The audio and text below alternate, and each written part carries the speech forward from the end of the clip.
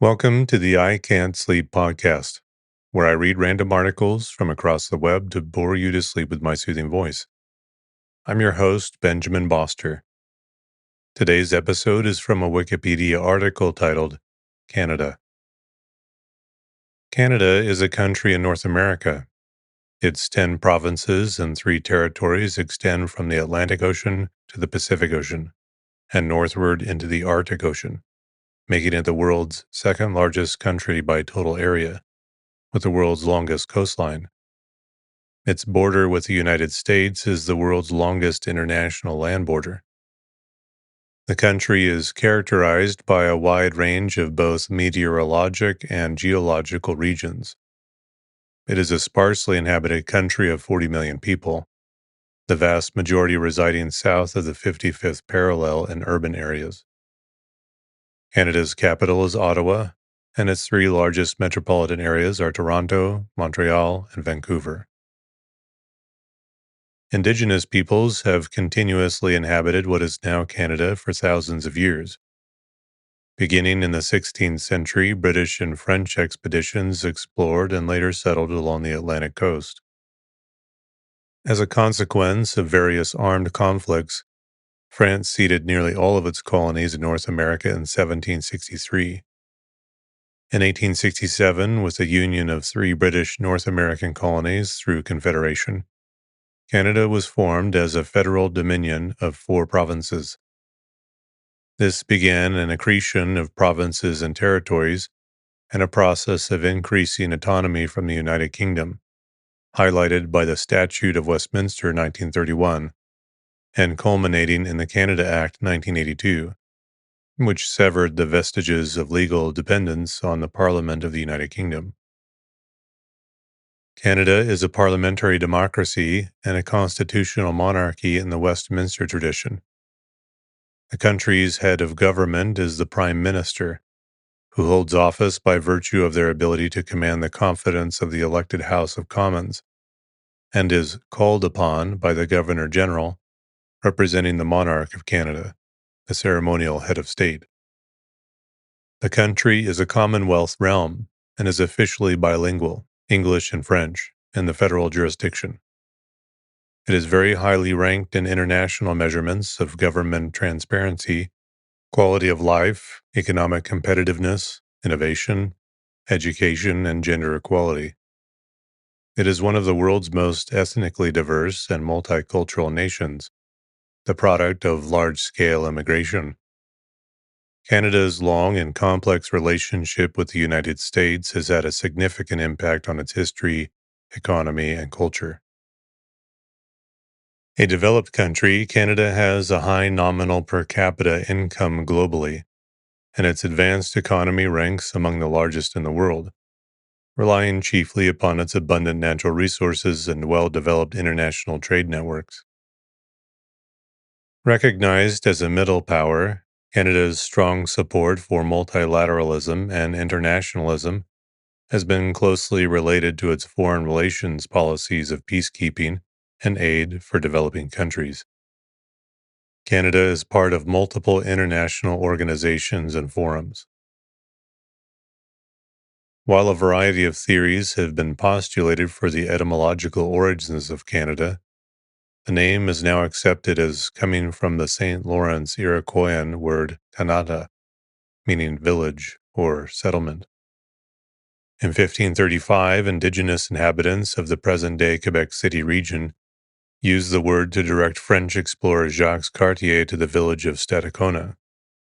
Cartier later used the word Canada to refer not only to that particular village, but to the entire area subject to Donnacona, the chief at Stadacona. By 1545, European books and maps had begun referring to this small region along the St. Lawrence River as Canada. From the 16th to the early 18th century, Canada referred to the part of New France that lay along the St. Lawrence River. In 1791, the area became 2 British colonies called Upper Canada and Lower Canada. These 2 colonies were collectively named the Canadas until their union as the British Province of Canada in 1841. Upon Confederation in 1867, Canada was adopted as the legal name for the new country at the London Conference, and the word Dominion was conferred as the country's title. By the 1950s, the term Dominion of Canada was no longer used by the United Kingdom, which considered Canada a realm of the Commonwealth. The Canada Act 1982, which brought the Constitution of Canada fully under Canadian control, referred only to Canada. Later that year, the name of the national holiday was changed from Dominion Day to Canada Day. The term Dominion was used to distinguish the federal government from the provinces, though after the Second World War, the term federal had replaced Dominion. The first inhabitants of North America are generally hypothesized to have migrated from Siberia by way of the Bering Land Bridge and arrived at least 14,000 years ago. The Paleo-Indian archaeological sites at Old Crow Flats and Bluefish Caves are two of the oldest sites of human habitation in Canada. The characteristics of Indigenous societies included permanent settlements, agriculture, complex societal hierarchies, and trading networks. Some of these cultures had collapsed by the time European explorers arrived in the late 15th and early 16th centuries, and have only been discovered through archaeological investigations. Indigenous peoples in present-day Canada include the First Nations, Inuit, and Métis, the last being of mixed descent who originated in the mid-17th century when First Nations people married European settlers and subsequently developed their own identity. The indigenous population at the time of the first European settlements is estimated to have been between 200,000 and 2 million, with a figure of 500,000 accepted by Canada's Royal Commission on Aboriginal Peoples. As a consequence of European colonization, the indigenous population declined by 40 to 80%, and several First Nations, such as the Beothuk, disappeared. The decline is attributed to several causes, including the transfer of European diseases such as influenza, measles, and smallpox, to which they had no natural immunity, conflicts over the fur trade, conflicts with the colonial authorities and settlers, and the loss of indigenous lands to settlers and the subsequent collapse of several nations' self-sufficiency. Although not without conflict, European Canadians' early interactions with First Nations and Inuit populations were relatively peaceful. First Nations and Métis peoples played a critical part of the development of European colonies in Canada, particularly for their role in assisting European coureurs de bois and voyageurs in their explorations of the continent during the North American fur trade. These early European interactions with First Nations would change from friendship and peace treaties to the dispossession of indigenous lands through treaties. From the late 18th century, European Canadians forced Indigenous peoples to assimilate into a Western Canadian society. These attempts reached a climax in the late 19th and early 20th centuries, with forced integration through state-funded boarding schools, healthcare segregation, and displacement. A period of redress began with the formation of the Truth and Reconciliation Commission of Canada by the Government of Canada in 2008. This included recognition of past cultural genocide, settlement agreements, and betterment of racial discrimination issues, such as addressing the plight of missing and murdered Indigenous women. It is believed that the first documented European to explore the east coast of Canada was Norse explorer Leif Erikson. At approximately 1000 AD, the Norse built a small, short-lived encampment that was occupied sporadically for perhaps 20 years at Lonceau Meadows on the northern tip of Newfoundland. No further European exploration occurred until 1497, when seafarer John Cabot explored and claimed Canada's Atlantic coast in the name of Henry VII of England. In 1534, French explorer Jacques Cartier explored the Gulf of St. Lawrence, where on July 24th he planted a 10-meter cross bearing the words, "Long live the King of France," and took possession of the territory New France in the name of King Francis I. The early 16th century saw European mariners with navigational techniques pioneered by the Basque and Portuguese established several whaling and fishing outposts along the Atlantic coast. In general, early settlements during the Age of Discovery appear to have been short-lived due to a combination of the harsh climate, problems with navigating trade routes, and competing outputs in Scandinavia. In 1583, Sir Humphrey Gilbert, by the royal prerogative of Queen Elizabeth I, founded St. John's, Newfoundland, as the first North American English seasonal camp. In 1600, the French established their first seasonal trading post at Trédassac along the St. Lawrence. French explorer Samuel de Champlain arrived in 1603 and established the first permanent year-round European settlements at Port Royal in 1605 and Quebec City in 1608. Among the colonists of New France, Canadians extensively settled the St. Lawrence River Valley, and Acadians settled the present-day Maritimes, while fur traders and Catholic missionaries explored the Great Lakes, Hudson Bay, and the Mississippi watershed to Louisiana.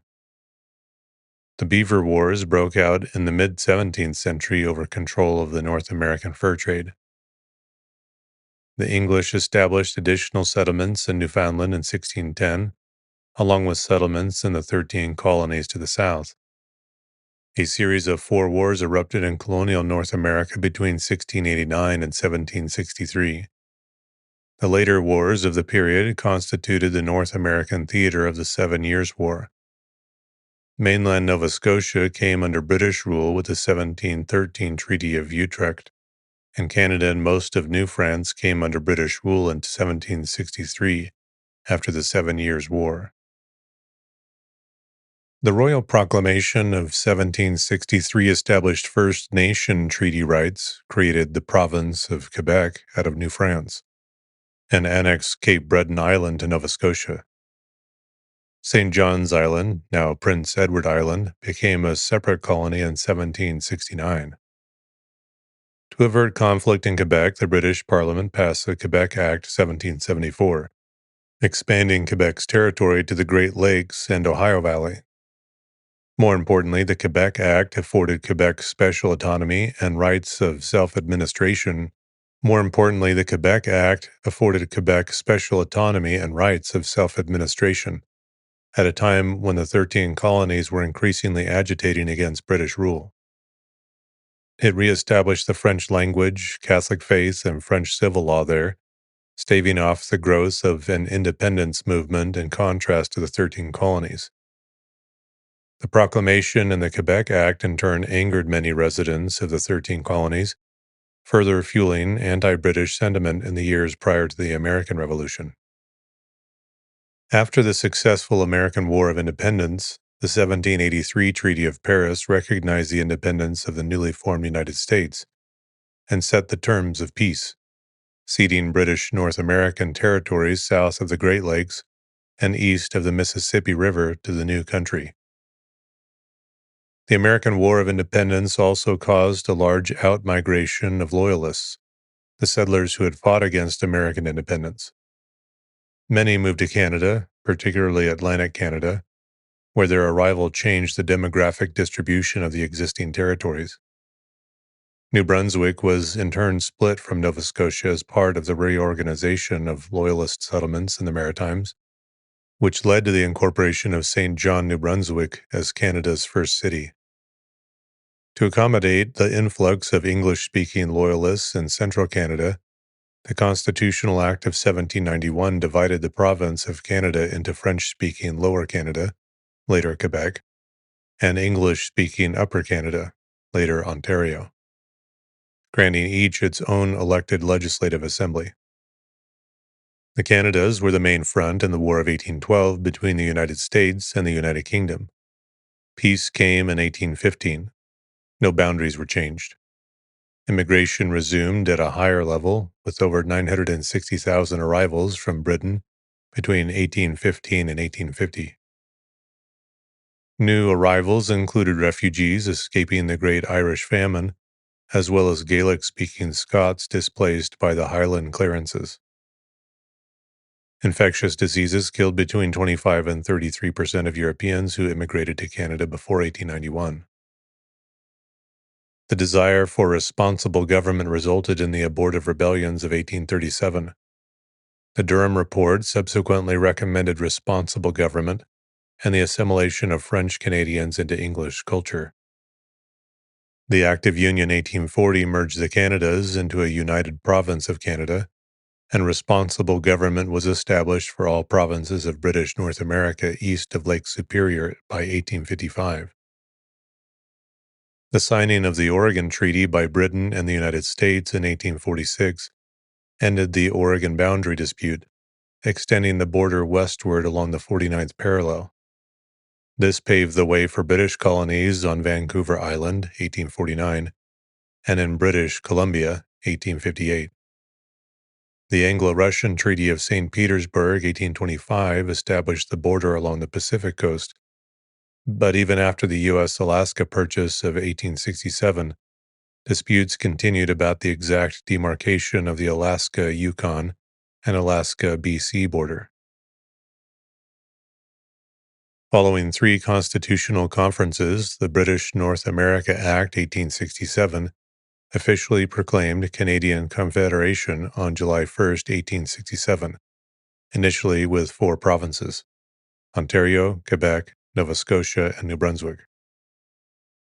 Canada assumed control of Rupert's Land and the Northwest Territory to form the Northwest Territories, where the Métis' grievances ignited the Red River Rebellion and the creation of the province of Manitoba in July 1870. British Columbia and Vancouver Island, which had been united in 1866, joined the Confederation in 1871 on the promise of a transcontinental railway, extending to Victoria and the province within 10 years, while Prince Edward Island joined in 1873. In 1898, during the Klondike Gold Rush in the Northwest Territories, Parliament created the Yukon Territory. Alberta and Saskatchewan became provinces in 1905. Between 1871 and 1896, almost 1/4 of the Canadian population emigrated south to the U.S.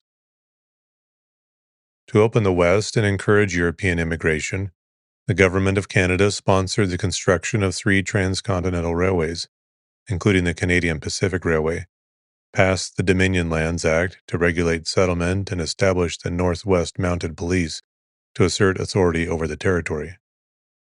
This period of westward expansion and nation-building resulted in the displacement of many Indigenous peoples of the Canadian prairies to Indian reserves, clearing the way for ethnic European bloc settlements. This caused the collapse of the Plains bison in western Canada and the introduction of European cattle farms and wheat fields dominating the land. The Indigenous peoples saw widespread famine and disease due to the loss of the bison and their traditional hunting lands. The federal government did provide emergency relief on condition of the Indigenous peoples moving to the reserves. During this time, Canada introduced the Indian Act, extending its control over the First Nations to education, government, and legal rights. Because Britain still maintained control of Canada's foreign affairs under the British North America Act 1867, its declaration of war in 1914 automatically brought Canada into the First World War. Volunteers sent to the Western Front later became part of the Canadian Corps, which played a substantial role in the Battle of Vimy Ridge and other major engagements of the war. Out of approximately 625,000 Canadians who served in the First World War, some 60,000 were killed and another 172,000 were wounded. The conscription crisis of 1917 erupted when the Unionist cabinet's proposal to augment the military's dwindling number of active members with conscription was met with vehement objections from French-speaking Quebecers. The Military Service Act brought in compulsion military service, though it coupled with disputes over French language schools outside Quebec, deeply alienated Francophone Canadians and temporarily split the Liberal Party. In 1919, Canada joined the League of Nations independently of Britain, and the Statute of Westminster in 1931 affirmed Canada's independence.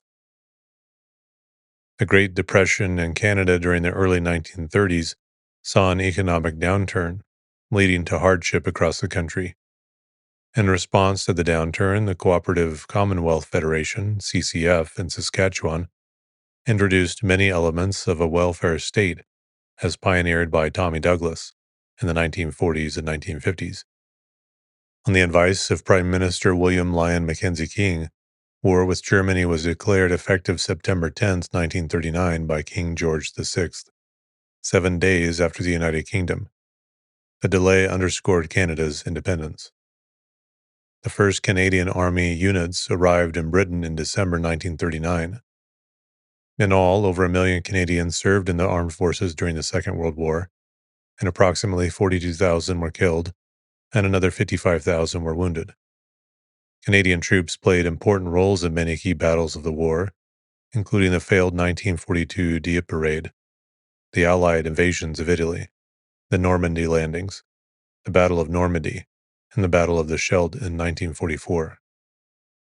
Canada provided asylum for the Dutch monarchy while that country was occupied and is credited by the Netherlands for major contributions to its liberation from Nazi Germany. The Canadian economy boomed during the war as its industry manufactured military material for Canada, Britain, China, and the Soviet Union. Despite another conscription crisis in Quebec in 1944, Canada finished the war with a large army and strong economy.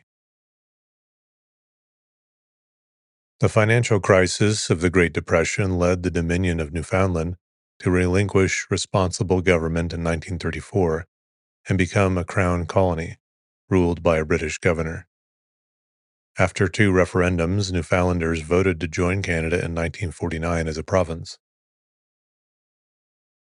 Canada's post-war economic growth, combined with the policies of successive Liberal governments, led to the emergence of a new Canadian identity, marked by the adoption of the maple leaf flag in 1965, the implementation of official bilingualism, English and French, in 1969, and the institution of official multiculturalism in 1971. Socially democratic programs were also instituted, such as Medicare, the Canada Pension Plan, and Canada Student Loans, though provincial governments, particularly Quebec and Alberta, opposed many of these as incursions into their jurisdictions. Finally, another series of constitutional conferences resulted in the Canada Act 1982, the patriation of Canada's constitution from the United Kingdom, concurrent with the creation of the Canadian Charter of Rights and Freedoms. Canada had established complete sovereignty as an independent country under its own monarchy. In 1999, Nunavut became Canada's third territory after a series of negotiations with the federal government. At the same time, Quebec underwent profound social and economic changes through the Quiet Revolution of the 1960s, giving birth to a secular nationalist movement. The Radical Front de Libération de Québec, FLQ, ignited the October Crisis with a series of bombings and kidnappings in 1970, and the Souverainist Parti Québécois was elected in 1976, organizing an unsuccessful referendum on sovereignty association in 1980. Attempts to accommodate Quebec nationalism constitutionally through the Meech Lake Accord failed in 1990. This led to the formation of the Bloc Québécois in Quebec and the invigoration of the Reform Party of Canada in the West. A second referendum followed in 1995, in which sovereignty was rejected by a slimmer margin of 50.6 to 49.4%. In 1997, the Supreme Court ruled unilateral secession by a province would be unconstitutional, and the Clarity Act was passed by Parliament, outlining the terms of a negotiated departure from Confederation. By total area, including its waters, Canada is the second largest country in the world after Russia. By land area alone, Canada ranks 4th due to having the world's largest area of freshwater lakes. Stretching from the Atlantic Ocean in the east, along the Arctic Ocean in the north, and to the Pacific Ocean in the west, the country encompasses 9,984,670 square kilometers of territory. Canada also has vast maritime terrain. with the world's longest coastline of 243,042 kilometers. In addition to sharing the world's largest land border with the United States, spanning 8,891 kilometers, Canada shares a land border with Greenland and hence the Kingdom of Denmark to the northeast, on Hans Island, and a maritime boundary with France's overseas collectivity of Saint Pierre and Miquelon to the southeast. Canada is also home to the world's northernmost settlement, Canadian Forces Station Alert, on the northern tip of Ellesmere Island, latitude 82.5 degrees north, which lies 817 kilometers from the North Pole. Canada can be divided into 7 physiographic regions: the Canadian Shield, the Interior Plains, the Great Lakes St. Lawrence lowlands, the Appalachian region, the Western Cordillera, Hudson Bay lowlands, and the Arctic archipelago. Boreal forests prevail throughout the country. Ice is prominent in northern Arctic regions and through the Rocky Mountains, and the relatively flat Canadian prairies in the southwest facilitate productive agriculture. The Great Lakes feed the St. Lawrence River in the southeast, and where the lowlands host much of Canada's economic output. Canada has over 2 million lakes, 563 of which are larger than 100 square kilometers, containing much of the world's freshwater. There are also freshwater glaciers in the Canadian Rockies, the Coast Mountains, and the Arctic Cordillera. Canada is geologically active, having many earthquakes and potentially active volcanoes, notably Mount Meager Massif, Mount Garibaldi, Mount Cayley, and the Mount Edziza volcanic complex. Average winter and summer high temperatures across Canada vary from region to region. Winters can be harsh in many parts of the country, particularly in the interior and prairie provinces, which experience a continental climate where daily average temperatures are near negative 15 degrees Celsius, but can drop below negative 40 degrees Celsius, with severe wind chills. In non-coastal regions, snow can cover the ground for almost 6 months of the year, while in parts of the north, snow can persist year-round. Coastal British Columbia has a temperate climate with a mild and rainy winter.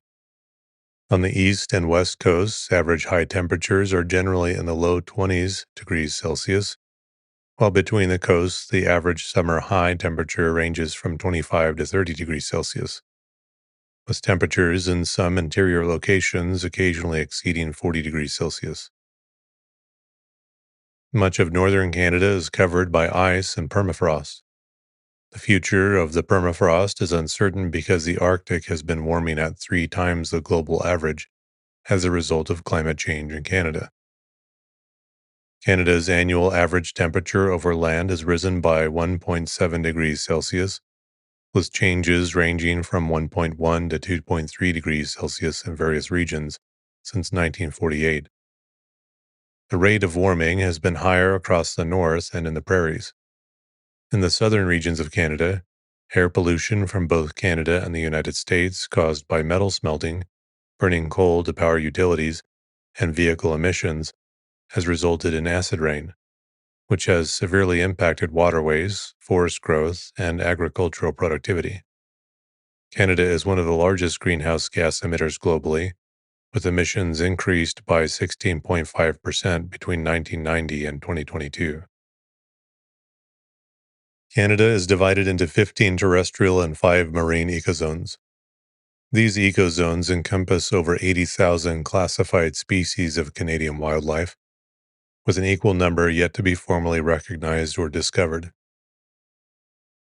Although Canada has a low percentage of endemic species compared to other countries, due to human activities, invasive species, and environmental issues in the country, there are currently more than 800 species at risk of being lost. About 65% of Canada's resident species are considered secure. Over half of Canada's landscape is intact and relatively free of human development. The boreal forest of Canada is considered to be the largest intact forest on Earth, with approximately 3 million square kilometers undisturbed by roads, cities, or industry. Since the end of the last glacial period, Canada has consisted of 8 distinct forest regions, with 42% of its land area covered by forests, approximately 8% of the world's forested land.